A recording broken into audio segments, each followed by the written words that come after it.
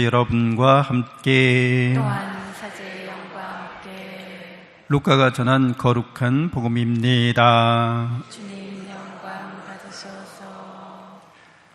예수님의 부모는 해마다 파스카 축제 때면 예루살렘으로 가곤 하였다. 예수님이 12살 되던 해에도 이 축제 관습에 따라 그리로 올라갔다. 그리고 축제 기간이 끝나고 돌아올 때 소년 예수님은 예루살렘에 그대로 남았다. 그의 부모는 그것도 모르고 일행 가운데 있으려니 여기며 하룻길을 갔다. 그런 다음에야 친척들과 친지들 사이에서 찾아보았지만 찾아내지 못하였다. 그래서 예루살렘으로 돌아가 그를 찾아다녔다. 사흘 뒤에야 성전에서 그를 찾았는데 그는 율법 교사들 가운데 앉아 그들의 말을 듣기도 하고 그들에게 묻기도 하고 있었다. 그의 말을 듣는 이들은 모두 그의 슬기로운 답변에 경탄하였다. 예수님의 부모는 그를 보고 무척 놀랐다. 예수님의 어머니가 얘야 우리에게 왜 이렇게 하였느냐? 네 아버지와 내가 너를 애타게 찾았단다 하자 그가 부모에게 말하였다. 왜 저를 찾으셨습니까? 저는 제 아버지의 집에 있어야 하는 줄을 모르셨습니까? 그러나 그들은 예수님이 한 말을 알아듣지 못하였다. 예수님은 부모와 함께 나자렛으로 내려가 그들에게 순종하며 지냈다. 그의 어머니는 이 모든 일을 마음속에 간직하였다. 예수님은 지혜와 키가 자랐고 하느님과 사람들의 총애도 더하여 갔다. 주님의 말씀입니다. 그리스도님 참배합니다. 참 예수님, 하느님의 복동이 고맙습니다. 고맙습니다. 네, 파스카 축제는 이스라엘이 이집트로부터 해방된 것을 이제 기념하는 축제이죠. 그러니까 노예살이에서 자유인이 된 것을 기념하는 축제입니다. 우리는 성경이 우리를 죄악과 죽음의 노예됨에서 풀어주려고 예수님께서 사람이 되어 오셨다는 것을, 그리고 당신의 십자가와 죽음과 부활의 사건을 통해서 우리를 구원해 주셨음을 기록한 책으로서 받아들입니다. 그리스도인들은 내가 이렇게 하나님의 사랑과 은총으로 죄로부터 구원받은 사람이구나, 그렇기 때문에 이제 어떻게 살아야 되는지를 예수님에게서 배울 수 있는 거죠. 예수님은 참 하느님이시고 참 사람이신데, 그렇게 예수님이 참 하느님이시고 참 사람이라고 하는 성경의 말씀, 복음의 말씀은 우리가 누구인지도 드러나게 해주는 거죠. 우리는 되어가는 하느님, 되어가는 사람인 거죠. 되어가고 있다는 거예요. 영원하고 완전하신 하느님이 계시기 때문에, 영원하고 완전한 사람이신 예수님이 계시기 때문에 그분이 나를 구원하셨다고 하는 것은 우리가 잘 되어간다는 걸 보증받는 거죠. 예수 그리스도를 믿는 사람, 예수님의 사랑을 깨닫고 확신하고 또 충분히 체험 가능한 거기 때문에, 사랑을 체험한다고 할 때 우리는 하느님의 사랑을 어떻게 체험하는가 보면 조건 없는 사랑, 순수한 사랑인 거죠. 가장 그 사랑을 체험하기 쉬운 장소는, 공동체는 두말할 나위 없이 가정이죠. 가정에서 계산하지 않고 따지지 않고 조건 걸지 않고 그냥 주죠. 좋은 것들을. 근데 그러한 사랑 체험이 우리로 하여금 영원한 그런 사랑이, 완전한 그런 사랑이 예수님을 통해서 나에게 주어졌다는 것을 살아가면서 체험할 수 있게 해주는 작은 증거들인 거죠. 또 우리가 이웃에게 친절을 베푸는데 그냥 조건 없이 따지지 않고 그냥 배려하고 친절하게 해줘요. 그럼 그건 역시 우리가 사랑을 체험할 수 있게 해주는 겁니다.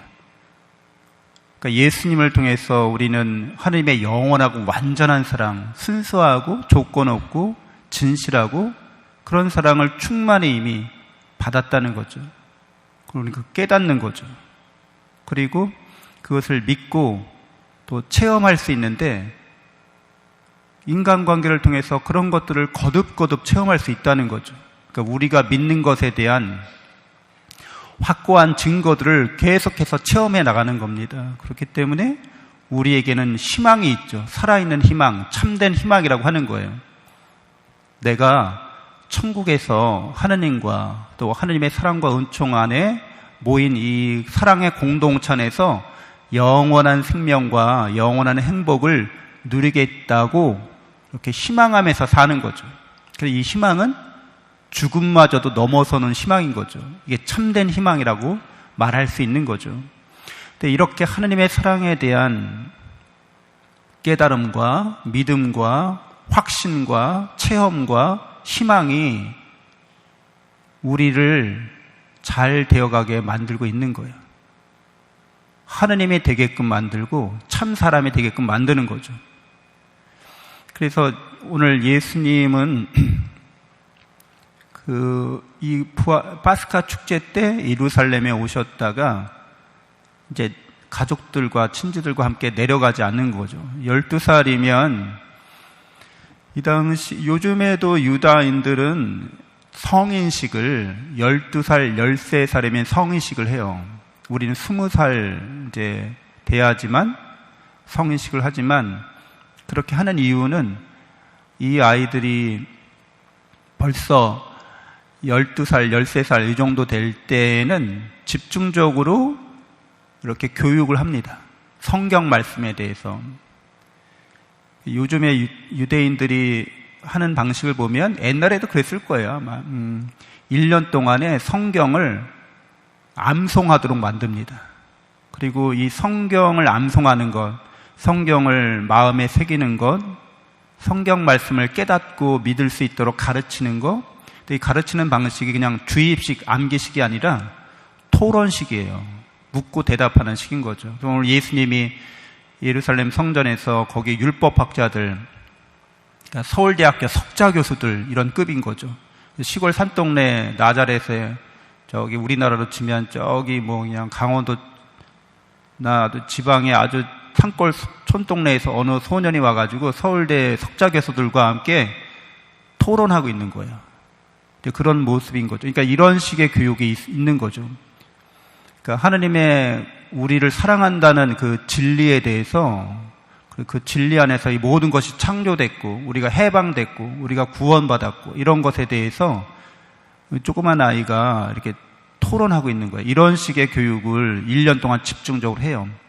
그 다음에 하느님과 조상들이 맺었던, 부모들이 맺었던 계약, 구약성서가 이제 계약이란 뜻이잖아요. 신약성서도 계약의 책인 거죠.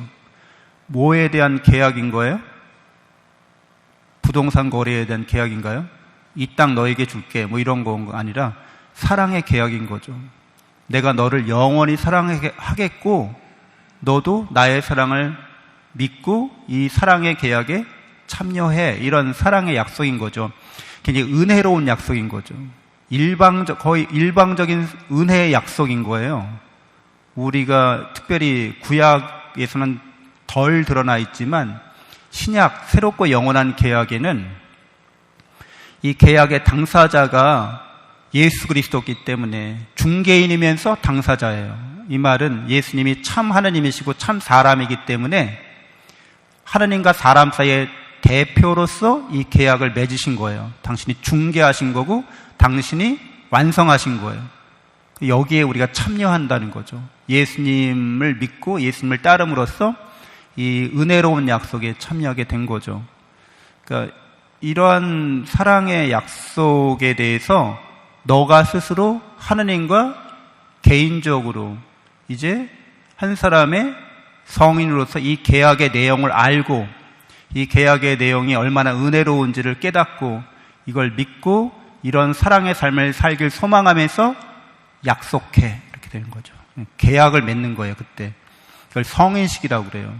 그렇기 때문에 이제 그 다음부터는 이 어린이를 성인으로 대접해 줍니다. 벌써 12살, 13살인데 이제 알아야 될 걸 모든 걸 안 거예요.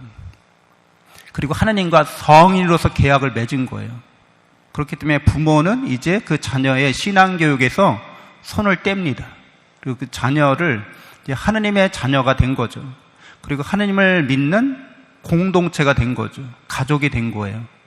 그 부모는 더 이상 이 아이에게 책임이 없습니다. 이 아이가 잘못되든 잘되든 그건 내 책임이 아니라 얘가 하나님과 맺는 관계에 따라서 살아갈 삶이라는 거죠. 내가 더 이상 해줄 건 없다는 거예요. 이제 다 해준 거예요. 그리고 가장 좋은 걸 준 거예요. 그래서 지금 그런 식으로 성인식을 하게 되는데 예수님이 지금 12살 때 일이잖아요. 거의 그 옛날 전통이라고 할 수 있습니다. 오늘날에도 이어오고 있는 그런 전통의 기원이라고 할 수 있는데 이렇게 하느님의 말씀에 대해서 깊이 있게 들어가는 모습을 보면 예수님은 참 하느님이시지만 사람이 어떻게 배워야 하는지 또 어떻게 성숙의 과정을 거쳐가는지도 우리에게 보여주고 있습니다.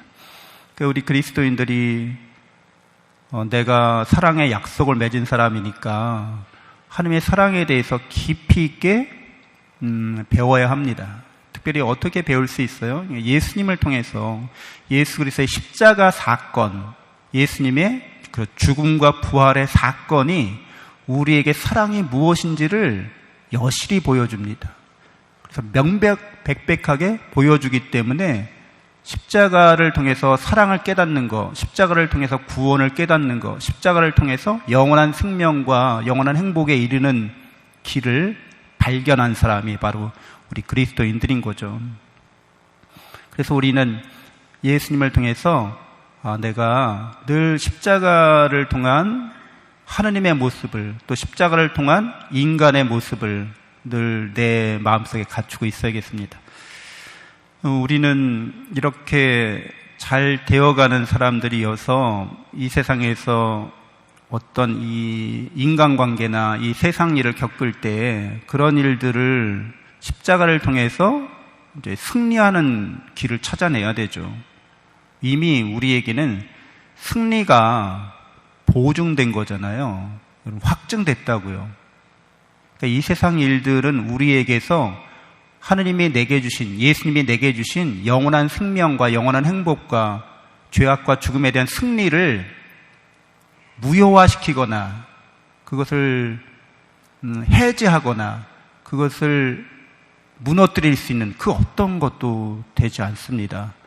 신앙인들은 이 세상 사람들에게 예수 그리스도의 복음을 전하고 증거하는 그런 삶을 살아가는 빛과 소금이 되어야겠습니다. 잠시 묵상하겠습니다.